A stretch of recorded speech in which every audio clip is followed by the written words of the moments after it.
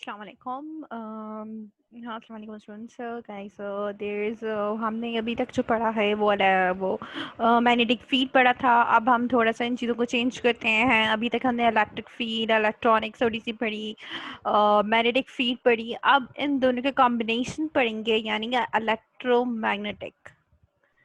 ठीक है, हमारे पास जो मेन टॉपिक है, मेन टास्क है हमारा, इससे पहले कि हम इसकी तरफ जाएं, जो हमारा न्यू सेक्शन है उसमें हमें पहले ये जानना जरूरी, ये चीज़ है क्या। ये टॉपिक जो है इसका main reason electromagnetic induction. Electromagnetic induction होता क्या है?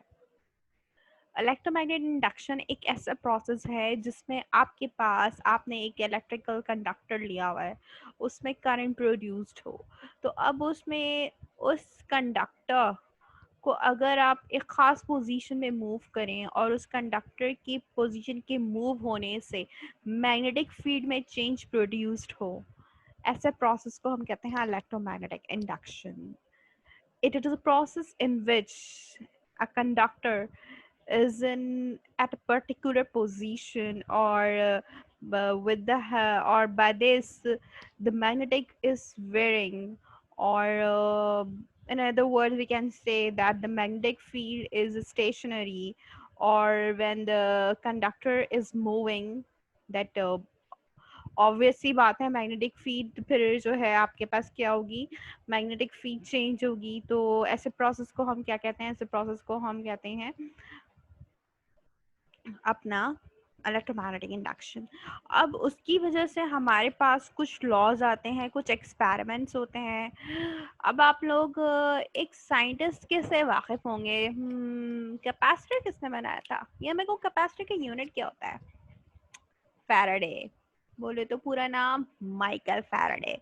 यस, तो यहाँ पर हम सबसे पहले फैराडे लॉज ऑफ इंडक्शन की तरफ जाने से पहले हम फैराडे के एक्सपेरिमेंट है उसको थोड़ा सा डिस्कस करेंगे। क्योंकि उसके काम के बाद एक और साइंटिस्ट आया था जोसेफ हेनरी, जिसने जो है बाकायदा जो है इस पे प्रॉपर उसने भी इस पे प्रॉपर काम किया था। और जब फैराडे ने जो है अपने रिजल्ट्स को पब्लिश किया था तो उसकी इस डिस्कवरी को बहुत सिग्निफिकेंस मिली थी, जिसकी वजह से जो है वो उसका जो है उस डिवाइस का नाम जो उसने इंट्रोड्यूस किया था। पहले तो हम बात करते हैं फैराडेज एक्सपेरिमेंट। माइकल फैराडे ने एक लॉ इंट्रोड्यूस किया था वो, और ये 1831 की बात है। और उसी टाइम जोसेफ हेनरी भी एक साइंटिस्ट था, उसने भी सेम टाइम यही काम किया था। और जब फैराडे ने अपना रिजल्ट पब्लिश किया था तो उसकी वजह से इसको बहुत सिग्निफिकेंस मिली थी उसकी डिस्कवरी को। तो उस डिस्कवरी का नाम उसने रखा था इंडक्टर। इंडक्टर, इंड्यूस्ड होना, हौसला अफजाई करना, फैल जाना, परवाह कर देना। मतलब इंडक्टर तो एक डिवाइस है। अब उसको मैं एक वर्ड निकला है वर्ड इंड्यूस से। इंड्यूस वर्ड मीन्स बर्पा कर देना, फैल जाना, फैला देना, हौसला पा जाना। तो इंडक्टर्स का जो यूनिट है वो जोसेफ हेनरी ने जो है जोसेफ हेनरी के जो है नाम पे रखा गया हेनरी। और हम इसके लिए इसकी यूनिट का यूज़ करते हैं कैपिटल एच का, जैसे कैपेसिटेंस के लिए एग्जैक्टली कैपेसिटेंस के लिए हम यूज़ करते हैं कैपिटल एफ का। अब हम इसकी फिगर की तरफ जाएंगे कि हम एक इसके एक्सपेरिमेंट को डिस्कस करेंगे जो कि खुद फैराडेज के एक्सपेरिमेंट्स है। वैसे तो यहाँ पर आपको दो एक्सपेरिमेंट्स दिखाए जाएंगे। हम एक एक्सपेरिमेंट्स की बात करें तो वर्बली दूसरा एक्सपेरिमेंट्स भी इसके तकरीबन सेम ही है, बस ज़रा सा फ़र्क है, ज़्यादा फ़र्क नहीं है, लेकिन है वही सेम प्रोसेस। तो ये जो डायग्राम आपको दिख रही है, अगर मैं इस डायग्राम को थोड़ा सा बड़ा कर दूं, क्योंकि हमें काम ही इसी डायग्राम से है।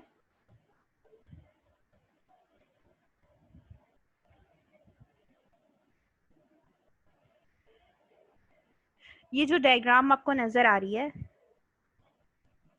इस डायग्राम में आपके पास जो है ये कॉइल है। इस कॉइल से जो है आपने क्या मीटर ज्वाइन किया हुआ है।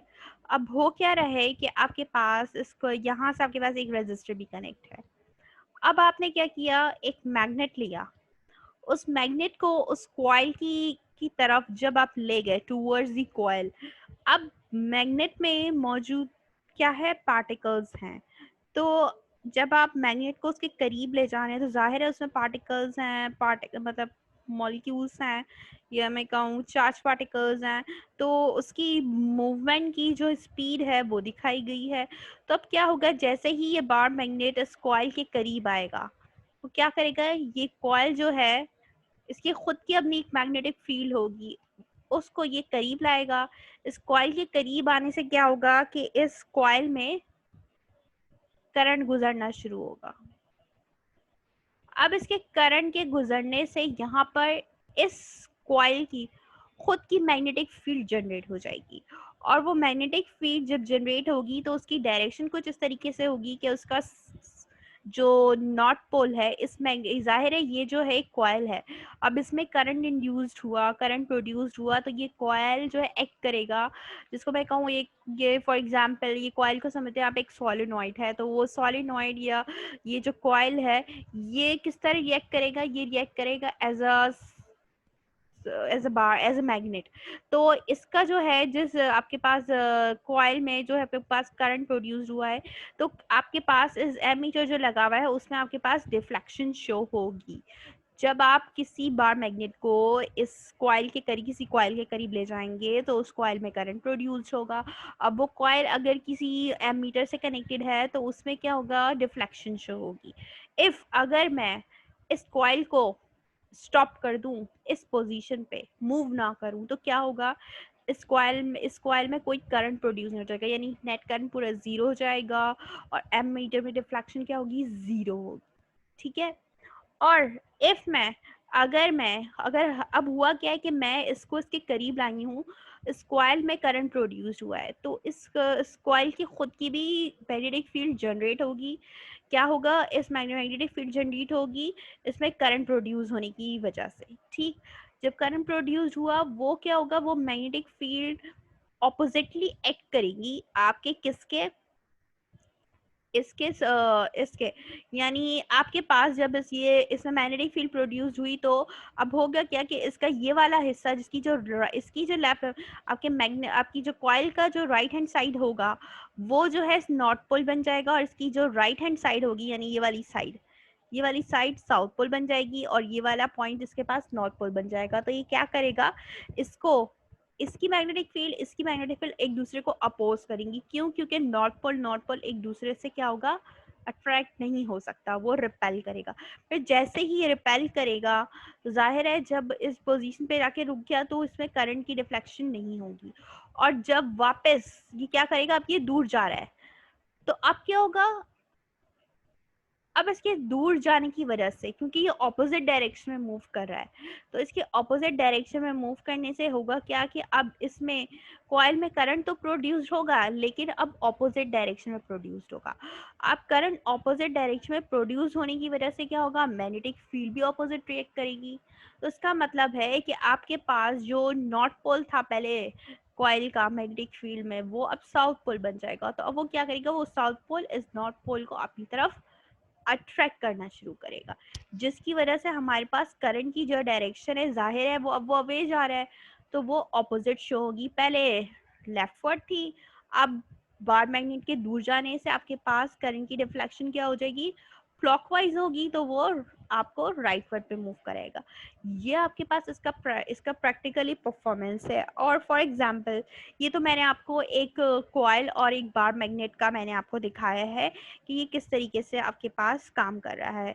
अब मैं अगर इसकी नेक्स्ट प्रोसेस की तरफ चलूँ, कि जो है मैंने आपको बताया कि ये आपके पास है, इसका भी सेम प्रोसेस बिल्कुल ऐसी ही है कि अब आपने क्या किया है, वहां पर आपने एक मैग्नेट रखा हुआ था, लेकिन अब आपने यहाँ पर टू कॉइल्स आपस में कनेक्ट नहीं किए, एक दूसरे के क्लोजली रख दिए हैं।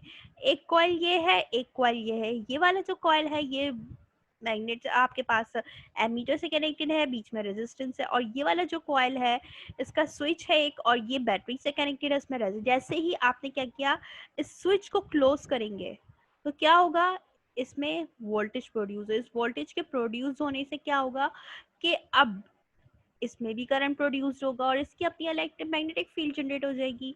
अब वो मैग्नेटिक फील्ड क्या करेगी कि जब आप, जाहिर है, अब इस कॉइल को इस कॉइल 1 को इस कॉइल के करीब जब आप ले जाएंगे तो इसकी मैग्नेटिक फील्ड क्या करेगी, वो इस कॉइल में भी करंट को इंड्यूस करेगी और इसके करंट प्रोड्यूस होने की वजह से वही डिफ्लेक्शन आपको शो होगी। फिर जब आप इसको स्टेशनरी हालत में कर देंगे, इसको भी फॉर एग्जाम्पल स्टेशनरी हालत में नहीं, तो आपने इसको जो है, जो स्विच आपने क्लोज किया हुआ था, अब स्विच आप निकाल दे, रिलीज कर दे, तो क्या होगा, अब कोई कनेक्शन नहीं है, कोई भी वोल्टेज नहीं जा रहा, तो इसकी भी मैग्नेटिक फील्ड जीरो हो जाएगी। तो जब इसकी मैग्नेटिक फील्ड जीरो होगी तो आपके पास इसमें क्या होगा, इसमें भी आपके पास ये डिफ्लेक्शन नल पे शो करेगा, यानी जीरो शो करेगा। तो उसका मतलब है जब आपके पास स्विच ओपन हो जाएगा, तो जब इसमें कोई आपके पास करंट प्रोड्यूस नहीं हो रहा, मैग्नेटिक फील्ड नहीं बन रही, तो इस कॉइल में भी कोई करंट नहीं पास होगा। और अगर इसको दूर ले जाएंगे, स्विच एस क्लोज होगा, तो वही प्रोड्यूस होगा, वही काम होगा कि इसमें डिफ्लेक्शन शो होगी, लेकिन इन ऑपोजिट डायरेक्शन। अब हमारे पास ये चीज़ें तो सामने आई कि ये चीज़ें, ये सब चीज़ें, ये काम हो रहा है, ये इस तरह काम हो रहा है, ये कैसी चीज़ें हो रही हैं, लेकिन इसके पीछे ये जो डायरेक्शन जो अपोजिट हो रही है, ये सब जो काम हो रहा है, ये जो अपोजिशन हो रही है, ये असल में ये डायरेक्शन क्या हो रही है, ये जो करंट प्रोड्यूस हो रहा है, ये इंड्यूस्ड करंट मैं इसको इसलिए कह रही हूँ कि अगर किसी कंडक्टर में फ्लक्स में चेंज प्रोड्यूस्ड हो। अब फ्लक्स क्या है, इससे पहले हमने इलेक्ट्रिक फ्लक्स पढ़ा था। इलेक्ट्रिक फ्लक्स में हमारे पास electric field line of forces, यानी जो हमने, हमारा जो सरफेस है, वो सरफेस क्या है, वो सरफेस हमारी इलेक्ट्रिक लाइन ऑफ फोर्सेस के परपेंडिकुलर था, ठीक है। अब हमने जो सरफेस का पार्ट हमने कंसिडर किया है, एरिया हमने कंसिडर किया, इलेक्ट्रिक लाइन ऑफ फोर्सेस अगर जिस एरिया में से गुजर रही हैं, जितनी इलेक्ट्रिक लाइन ऑफ फोर्सेस में से गुजर रही हैं और उसका वेक्टर एरिया, उन दोनों का डॉट प्रोडक्ट बराबर था, कहलाता था इलेक्ट्रिक फ्लक्स। इसी तरीके से मैग्नेटिक फ्लक्स भी होता है कि जब आपके पास कोई कॉइल है, अगर उसके फ्लक्स में चेंज आ जाता है, ठीक है, अगर कोई, if there is a magnetic flux changing in the coil, यानी अगर किसी कॉइल के मैग्नेटिक फ्लक्स में चेंज आ रहा है और उस चेंज की वजह से जो करंट इंड्यूस्ड होता है उस कॉइल में, तो वो करंट क्या कहलाता है, इंड्यूस करंट कहलाता है। इसी तरीके से ईएमएफ भी होता है कि ईएमएफ मैग्नेटिक फ्लक्स में चेंज आने की वजह से जो ईएमएफ इंड्यूस होता है वो भी क्या कहलाता है, इंड्यूस्ड ईएमएफ। और फ्लक्स की जो चेंजिंग है वो डिपेंड कर रही होती है मैग्नेटिक फ्लक्स की चेंजिंग पे, ठीक है। तो ये तो प्रोसेस थे, इसके मैंने आपको बताया है कि फैराडे एक्सपेरिमेंट क्या होता है। अब हम फैराडे लॉ को थोड़ा सा वेरीफाई करेंगे कि उसकी जो लॉ है, जो उसका लॉ है, असल में जो बात कह रहा है वो क्या कहेंगे। अब मैंने आपसे मैग्नेटिक फ्लक्स की बात की, तो फैराडे एक्स जो लॉ है वो असल में इंट्रोड्यूस ही कर देता है मैग्नेटिक फ्लक्स के कॉन्सेप्ट को। तो ये तो एक्सपेरिमेंट्स थे, अब फैराडे लॉ की तरफ चलते हैं हम।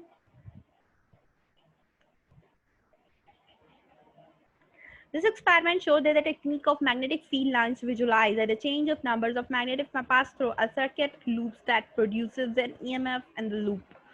अब वो induces the EMF in the loop. उसने क्या कहा, उसने ये कहा कि ये जो एक्सपेरिमेंट्स है, इसकी जो एक्सपेरिमेंट, इसकी जो टेक्निक्स हमें ये बता रही है कि जो नंबर ऑफ फील्ड लाइंस में चेंजिंग आ रही है, जिस सर्किट में या किसी लूप के पार्ट में से जितनी number of field lines pass हो रही है, उसमें जो चेंज आ रहा है, उस चेंजेस की वजह से ईएमएफ उस लूप में इंड्यूस्ड हो जाता है, ठीक है। तो हम दूसरे लफ्जों में ये कह सकते हैं, it is the rate of change on the number of field line passing through a loop that determine the induced EMF. ये स्टेटमेंट स्पेसिफिकली मीन्स, वो कहने की कोशिश क्या कह रहा है, फैराडे लॉ ऑफ इंडक्शन कह रहा है it is the rate on the number of field lines passing through the loop, यानी ये वो रेट है, यानी ये वो रेट ऑफ चेंज है नंबर ऑफ फील्ड लाइंस का, जो कि क्या हो रहा है, लूप में से पास हो रहा है। और वो क्या डिटरमाइन कर रहा है, उस इंड्यूस ईएमएफ को डिटरमाइन कर रहा है जो उस कॉइल में मौजूद करंट की वजह से प्रोड्यूस्ड हुआ है। To make the statement quantitative we introduce, यानी इस स्टेटमेंट को और ज़्यादा अच्छे तरीके से समझने के लिए हम यहाँ पर बात करेंगे मैग्नेटिक फ्लक्स के कॉन्सेप्ट की। मैग्नेटिक फ्लक्स क्या होता है? अब जैसे मैंने आपसे इलेक्ट्रिक फ्लक्स की बात की थी, अब मैग्नेटिक फ्लक्स क्या होता है? मैग्नेटिक फ्लक्स हमें ये बता रहा होता है कि आपके पास जो जितना आपने पार्ट लिया है किसी भी सरफेस का, ठीक है, उस सरफेस में से जितनी magnetic lines of force, magnetic not electric, magnetic जितनी मैग्नेटिक लाइन्स ऑफ फोर्सेस गुजर रही हैं उन दोनों का डॉट प्रोडक्ट कहलाता है मैग्नेटिक फ्लक्स। और दो वेक्टर क्वांटिटी का डॉट प्रोडक्ट जो आता है हमारे पास उसमें वो स्केलर क्वांटिटी आती है। तो अगर हमने हमने सिर्फ सरफेस के एक पार्ट की बात की है तो वहाँ पर हम जो वेक्टर एरिया लेते हैं वो डी ए लेते हैं, लेकिन जब हम उसको इंटीग्रेट कर देते हैं तो हमारे पास पूरे उस सरफेस का क्या आ जाता है, मैग्नेटिक फ्लक्स आ जाता है।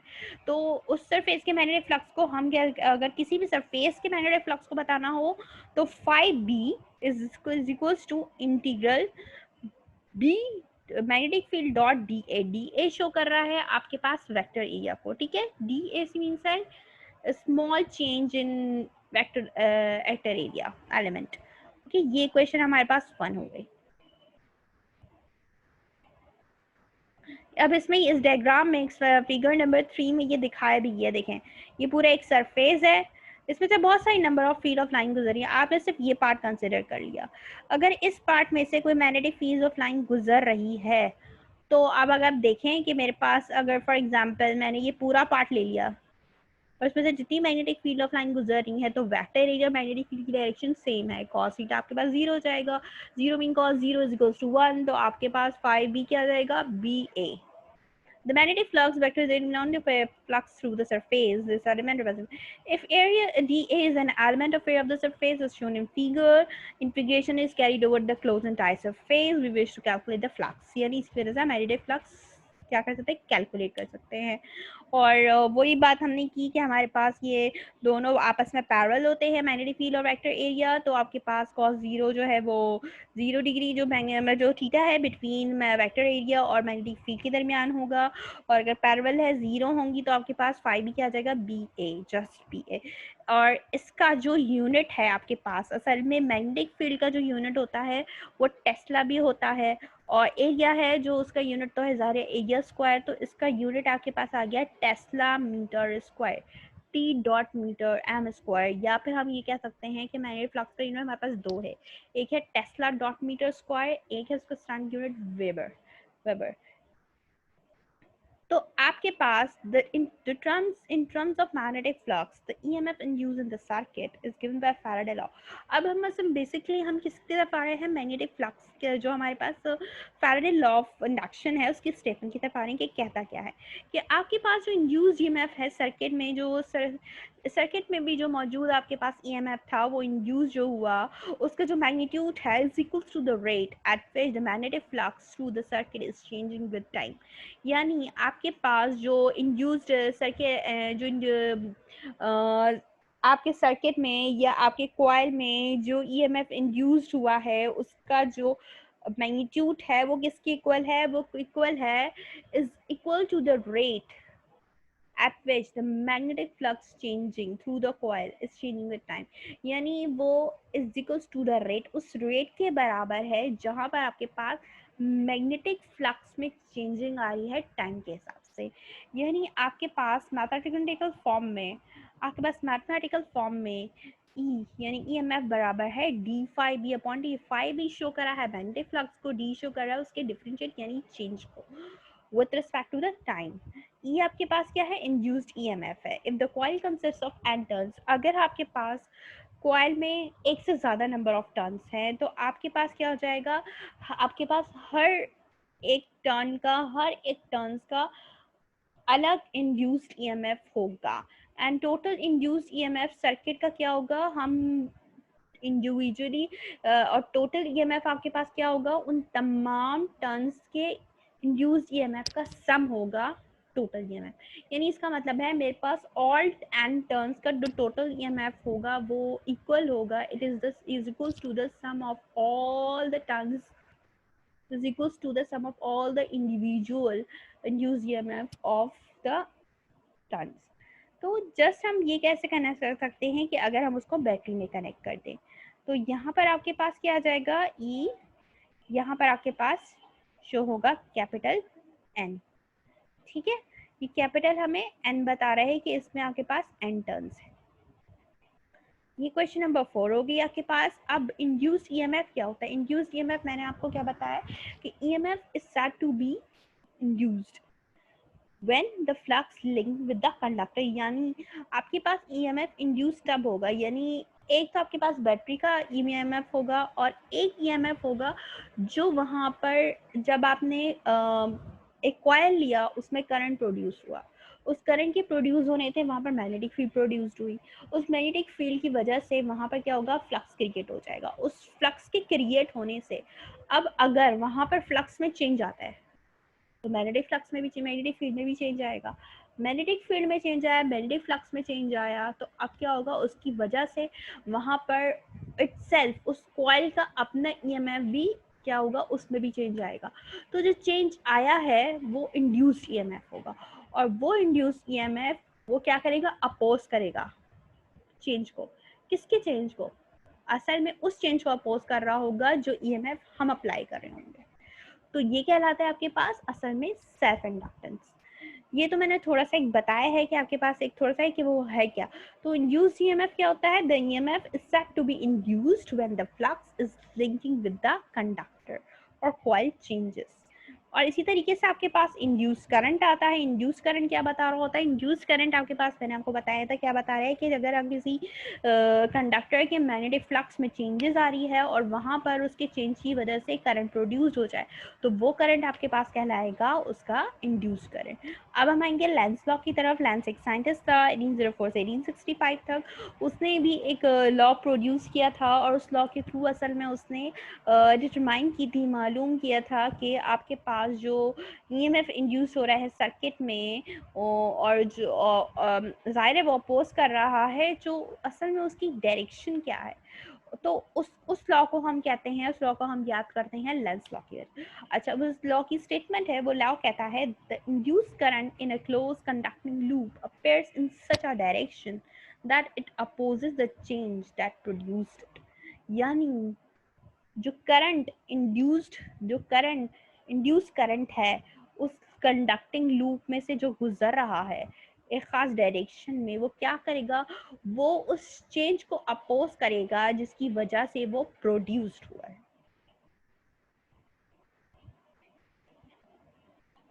अब माइनस साइन आता है हमारे पास फैराडे लॉ में। तो फैराडे लॉ में जो माइनस साइन आ रहा होता है, असल में वो माइनस साइन क्यों आ रहा होता है, वो इसी वजह से आ रहा होता है कि वो चेंज को अपोज कर रहा होता है।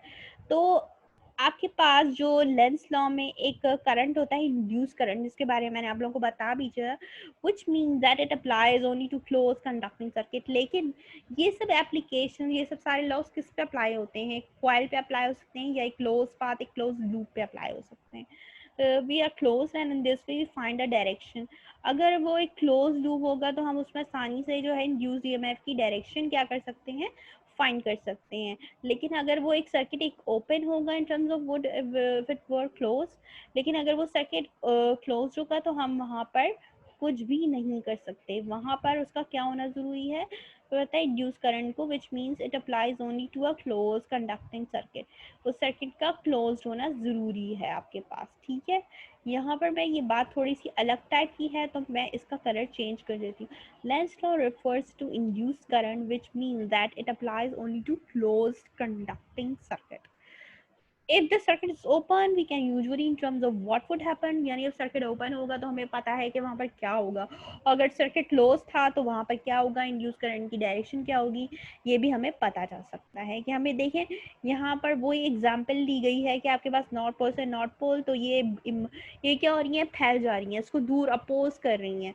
लेकिन अगर ये नॉर्थ पोल साउथ पोल बन दूर ले जाएंगे तो ये जो है आपके पास इसकी जो एन है वो